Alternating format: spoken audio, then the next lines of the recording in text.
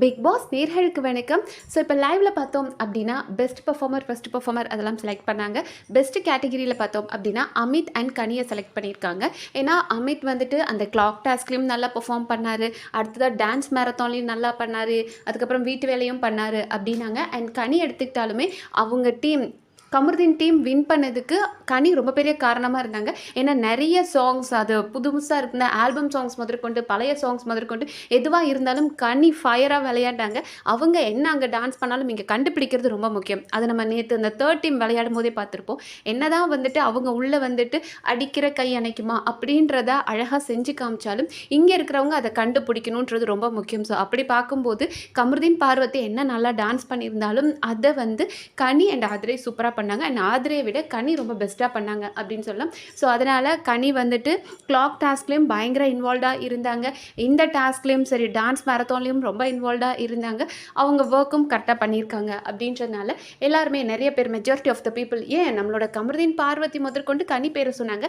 ஏன்னா பார்வதி எப்போதுமே வந்து கனி பேரை சொல்ல மாட்டாங்க. அண்ட் கனியோட நேமை யாராவது சஜஸ்ட் பண்ணால் கூட அவங்கெல்லாம் குரூப்பிசம் பண்ணுறாங்க, அவங்கெல்லாம் ஒரு கேங்காக இருக்காங்களா, அந்த கேங் அப்படி தான் பண்ணுவாங்கன்னாங்க. ஆனால் இந்த தடவை பார்வதியை வந்து கனி பேரை சொன்னாங்க. ஸோ அந்த அளவுக்கு கனி நல்லா பண்ணியிருந்தாங்க. அண்ட் விக்கல்ஸும் என்ன கேட்டால் நல்லா பண்ணியிருந்தார். ஆனால் விக்கல்ஸ் நேமும் 1-2 பேர் சொன்னாங்க. ஏன்னா விக்கல்ஸும் அந்த 2.5 hours டான்ஸ்லாம் வேற லெவலில் பண்ணியிருந்தாரு. மைண்ட் செட் இருக்குல்ல, எந்த இடத்துலையும் கிவ் அப் பண்ணாமல் அவரால் முடியல அப்படின்னாலும் கடைசி மொமெண்ட் வரைக்கும் அவர் டான்ஸ் பண்ணிகிட்டே இருந்தார். அரோராலாம் ஒரு பாயிண்ட்ல அழுகிற ஸ்டேஜுக்கு போயிட்டாங்க. அப்பவும் அரோராவை வா பண்ணலாம் அப்படின்னு சொல்லி ஒரு அப்படின்ற மாதிரி ஒரு எனர்ஜியோட வந்தார் இல்லையா, அதெல்லாம் வேற லெவலில் இருந்தது. அண்ட் அவரோட ஒர்க்கும் பார்த்தோம் அப்படின்னா இந்த வாரத்து வந்து அவர் பாத்ரூம் கிளீனிங்கில் இருந்தார். ஸோ பாத்ரூம் கிளீனிங் அது கொஞ்சம் ஈஸியான ஒர்க் தான். அது போக கிளீனிங் டீம்லேயும் இருந்தார். உங்களுக்கு நான் ஹெல்ப் பண்ணால் வந்து பண்ணுறேன் அப்படின்னாரு. ஸோ ஒர்க் எல்லாமே பண்ணியிருக்காரு. பட் இவங்க வந்து அந்த அமித் அண்ட் கனியை தான் வந்து நிறைய பேர் பெஸ்ட் பெர்ஃபார்மராக சூஸ் பண்ணாங்க. ஓகே, அது கூட ஓகே. ஆனால் ஃபர்ஸ்ட் பெர்ஃபார்மரில் வினோத்தை சூஸ் பண்ணியிருக்காங்க. வினோத் அண்ட் சாண்ட்ராவை வந்து ஹவுஸ்மேட்ஸ் சூஸ் பண்ணாங்க. ஸோ வினோத் வந்து இந்த வார கேப்டனாக பல நேரங்களில் பல பிரச்சனைகளை அட்ரஸ் பண்ணியிருக்காரு. அண்ட் வீக்லி டாஸ்க்கும் அவர் நல்லா தான் பண்ணார். டான்ஸ் மேரத்தானில் வந்துட்டு அவர் தான் நிறைய சாங்ஸ் கண்டுபிடிச்சாரு. ஏன்னா சாண்ட்ராக்கு தெரியல சாங்ஸ் கண்டுபிடிச்சாரு. ஒரு சில இடங்களில் மிஸ்டேக் பண்ணார். ரொம்ப லேட்டாக கண்டுபிடிச்சாலும் அவர் தான் கண்டுபிடிச்சாரு. அண்ட் அந்த கிளாக் டாஸ்க்லேயும் சரி அவர் வந்து இதில் வெறுப்பேற்றிட்டு இருக்கிறது, மற்ற டீம்ஸை போய் வெறுப்பேற்றுறது அந்த மாதிரி பண்ணார். பட் கேப்டனாக அவர் நிறைய விஷயங்களை அட்ரஸ் பண்ணார். ஸோ இப்போ சாண்ட்ராவை எடுத்துக்கிட்டாலாவது அவங்க எதுவுமே பண்ணலை, டாஸ்க்கை மட்டும் பண்ணாங்க. மற்றபடி எப்போதுமே இந்த வீட்டை விட்டு ஒதுங்கி இருக்கணும், தான் வந்து எப்போதுமே அந்த ஒரு தனியாக தனக்கு ஒரு அட்டென்ஷன் கிடைக்கணும் அப்படின்னு நினைக்கிறாங்க. இப்போது அவங்கள தூக்கி ஜெயிலில் போடுறது கூட அவங்களுக்கு ஒரு தனி அட்டென்ஷன் கிடைக்கும். இப்போ அந்த 10 பேர் கூட ஒரு ஆளாக இருக்கிறத விட ஜெயிலில் 2 பேராக இருக்கும்போது கேமரா கண்டிப்பாக அவங்கள காட்டும், அவங்க புலம்பலை காட்டும், அவங்க என்ன பேசுகிறாங்கன்னு காட்டும். ஸோ உங்களுக்கு இங்கே வீட்டில் இடம் நீங்கள் வந்து எதுவுமே பண்ணலை அப்படின்னாலும் உங்களுக்கு அங்கே ஒரு சான்ஸ் தரும், பெர்ஃபார்ம் பண்ணுங்கடா அப்படின்ற மாதிரி தான் ஜெயில் கான்செப்ட்.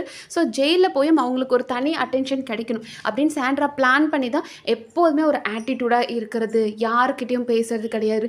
யாராவது பேசினாலும் அவங்களா ஒரு விஷயத்தை யோசிச்சுக்கிறாங்க. ஏன்னா நேத்தெல்லாம் டிஸ்ட்ராக்ட் பண்ணுறதுக்கு தான் ஒவ்வொருத்தர் ஒவ்வொரு சாங்ஸ் பாடிட்டு இருந்தாங்க.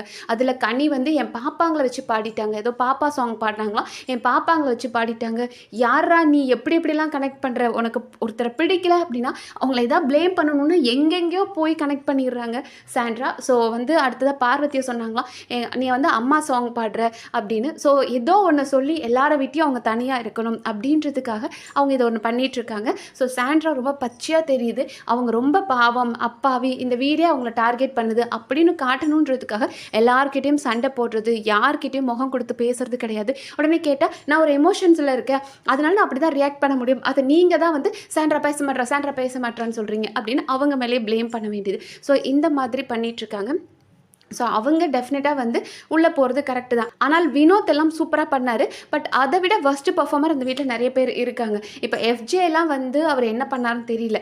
அன்னைக்கு முதல் டாஸ்க் அன்றைக்கும் சரி அவர் பாட்டுக்கு சண்டை போட்டு டீம் கிட்ட அவ்வளோ கத்தி சண்டை போட்டு நான் போகிறேன் அப்படின்ற அளவுக்கு பேசினதாகட்டும், கேப்டன் பேச்சு எந்த இடத்துலையும் கேட்காம இருக்கட்டும், இரிட்டேட் பண்ணுற மாதிரி கத்துறது, அவரோட அக்ரெஷனை காட்டுறது. அண்ட் அவர் என்ன நினச்சிக்கிறாருன்னா நானாக இருக்கிறதுக்கு தானே இந்த வீடு, அப்போ என் கோபத்தை நான் இப்படி தான் காட்டுவேன், என் கோபத்தை காட்டுறது தான் நான் எஃப்ஜேன்னு அப்போ சொல்லணும், மக்கள் தெரிஞ்சுக்கிட்டோம் அப்படின்னு நினைக்கிறாரு. அண்ட் அதே மாதிரி டீம் கிட்டேயும் சரி நான் வரல, எல்லாரும் வந்துட்டு இந்த டான்ஸ் மேரத்தான் போகிறோம் அப்படின்னு எது சொன்னாலும் கூட நான் வரல அப்படின்னு அவர் பாட்டுக்கு உட்காந்துக்கிறாரு. ஸோ எல்லாருக்கும் கோபம் இருந்தால் அதான எப்படி நம்ம காட்டுறோன்றது முக்கியம் இருக்கு இல்லையா? உங்கள் கோபத்தை அதை கத்துறது மூலிமா உங்கள் வேர்ட்ஸில் அதை சொல்லணும். அதை எனக்கு எஃப்ஜே பண்ணுற மாதிரி தெரியல. ஸோ எஃப்ஜே என்ன பண்ணாருன்னு தெரியல. அண்ட் அவர் வீட்லேயும் என்ன வேலை பண்ணார் அப்படின்னு தெரியல. கிச்சன் டீமுக்கு அப்பப்போ ஹெல்ப் பண்ணார். வேறு என்ன பண்ணாருன்னு தெரியல. அண்ட் சபரி, ஆக்சுவலி சபரி எல்லாம் எல்லா சாங்ஸும் கண்டுபிடிச்சவர் தான். ஆனால் அவர் உள்ளே இருந்து பார்ட்டிசிபேட் பண்ணாரா அப்படின்னு கேட்டால் கிடையாது. அவர் வெளியே இருந்தார். அதனால அந்த டான்ஸ் மரத்தானில் அந்த சாங் கண்டுபிடிக்கிறதுல சபரியோட பார்ட்டிசிபேஷன் இல்லை. அண்ட் கிளாக்ல ஓகே கொஞ்ச நேரம் பெர்ஃபார்ம் பண்ணார். மற்றபடி அவர் எந்த டீமில் வீட்டு வேலையில் அவர் எந்த டீமில் இருந்தார் அப்படின்னு தெரியல. ஃப்ரெண்ட்ஸ் கூட ஃபன் பண்ணிட்டு இருந்தார். ஸோ டாஸ்க் பெர்ஃபார்மன்ஸ் அப்படின்னு எடுத்துக்கிட்டோன்னா சபரி பெருசாக தெரியல, எஃப்ஜே பெருசாக தெரியல, ஆதிரை பெருசாக தெரியல. ஆதிரையெல்லாம் டாஸ்க் வைஸ் பார்த்தோம் அப்படின்னா கண்டுபிடிச்சாங்க தான். வேறு எதுலையுமே அவங்க இன்வால்வ்டாக இருந்த மாதிரி தெரியல. கிளாக் டாஸ்க்லலாம் அவங்களுக்கு பெருசாக ஒர்க்கே கிடையாது. அண்டு குக்கிங் டீமில் இருந்தனால ஓகே சமைச்சாங்க அப்பப்போ, அது okay. So FJ and Sandra உள்ளே போயிருந்தா, ஜெயிலுக்குள்ளே போயிருந்தா கரெக்டாக இருக்கும் அப்படின்னு நினைக்கிறேன். பட் ஹவுஸ்மேட்ஸ் எல்லாருமே கேப்டனான வினோத் சொன்னதற்கு காரணம், ஒரு வாரம் கேப்டன் ஆயிட்டாங்க அப்படின்னா அடுத்த வாரமும் அவங்க போட்டி விடுறதுக்கு வாய்ப்புகள் இருக்குன்றனால எப்போதுமே அடுத்த வாரம் மறுபடியும் கேப்டன் வரக்கூடாதுன்றதுக்காகவே அவங்கள ஃபர்ஸ்ட் பெர்ஃபார்மரில் கொண்டு வரணும் அப்படின்னு ஹவுஸ்மேட்ஸ் நினைக்கிறாங்க. ஏன்னா பிக் பாஸ் அப்படி ஒரு ரூல் சொல்லியிருக்காரு இல்லையா? ஒரு வாரம் கேப்டன் ஆயிட்டாங்க அப்படின்னா அடுத்த வாரம் கேப்டன் போட்டிக்கும் அவங்க தகுதியானவர் தான். ஆனால் அவங்கள ஃபர்ஸ்ட் பெர்ஃபார்மரில் கொண்டு வந்துட்டோம் அப்படின்னா அவங்க அடுத்த வாரம் போக முடியாது இல்லையா? ஸோ அந்த கான்செப்டில் தான் நிறைய பேர் வினோத்தை சொன்னாங்க. அண்ட் அதுக்கு காரணமாக நீங்கள் எந்திரிச்சு போயிட்டீங்க, லைக் நேற்று சாங் ப்ளே ஆகிட்டு இருக்கும்போது அவர் சும்மா இவங்ககிட்ட கலாய்க்கிறதுக்காக தான் அங்கே ஆக்டிவிட்டி ஏரா போகிற மாதிரி பண்ணார். அப்போ நீங்கள் போகிற மாதிரி பண்ணிட்டீங்க, அது தப்பு அப்படின்ட்டாங்க. ஸோ இந்த மாதிரி சொல்லி அந்த மனுஷனை உள்ளே கொண்டு போய் ஜெயிலில் உட்கார வச்சுட்டாங்க. ஏண்டா ஒரு வாரம் உங்களுக்குலாம் கேப்டனாக இருந்து பொறுமையாக பார்த்த மனுஷனுக்கு இதுதான் நிலைமையா? அண்ட் நேற்றெல்லாம் அவர் ரொம்ப இரிட்டேட் ஆயிடுவார் அப்படின்னு நினச்சேன். ஏன்னா எல்லாருமே அப்படியே லிட்ரலி காதுக்குள்ளே கத்தாத குறையா அவ்வளோ பண்ணாங்க, அவ்வளோ வெறுப்பேற்றினாங்க. பட் அப்பவும் அவர் அமைதியாக தான் இருந்தார். ஸோ அதெல்லாம் நான் எதிர்பார்க்கவே இல்லை வினோத் கிட்ட. வினோத் எப்படினாலும் அப்படியே பொங்கிடுவார், வெடிச்சிருவார், சண்டை வந்துடும் நினச்சேன். பட் அந்த இடத்துலையும் அவர் அமைதியாக தான் இருந்தார். பட் ஹவுஸ்மேட்ஸ் அவர் பேரை சொல்லாத காரணம் இதுதான். அடுத்த வாரம் மறுபடியும் அவர் கேப்டன் ஆகிடக்கூடாது அப்படின்றதுக்காக அவரை தூக்கி ஜெயிலில் போட்டாங்க. அண்ட் மோரோவர் இந்த 24 ஹார்ஸ் யார் வீட்டில் இருக்க போகிறது அப்படின்ற ஒரு டிஸ்கஷனும் போயிடுச்சு.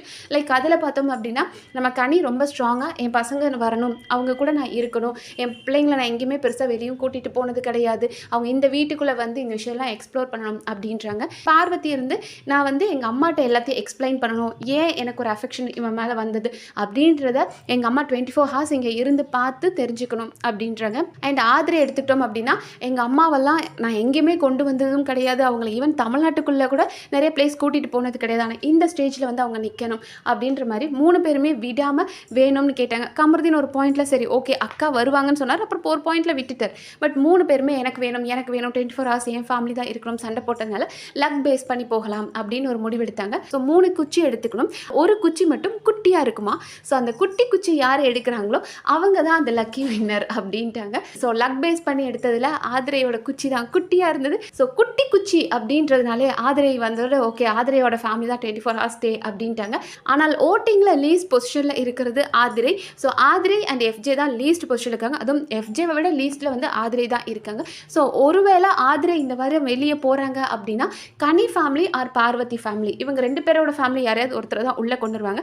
என்னை பொறுத்த வரைக்கும் ஒருவேளை பார்வதியோட ஃபேமிலி உள்ளே கொண்டு ஒரு கண்டென்ட் ட்ரை பண்ணுவாங்களோ. இப்போ பார்வதியும் ஒரு வாரமாக அப்படியே ஃபேமிலி அப்படின்ட்டு இருக்கிறாங்க. ஸோ உள்ளே கொண்டு கமருதீன் கூட ஏதாவது ப்ராப்ளம் வர்ற மாதிரியோ இல்லை அப்படி நாம் எதிர்பார்ப்போம் இல்லையா. ஸோ நம்மளோட எதிர்பார்ப்புக்காகவே உள்ளே பார்வதி ஃபேமிலியை கொண்டு வருவாங்களா அப்படின்றது தெரியல.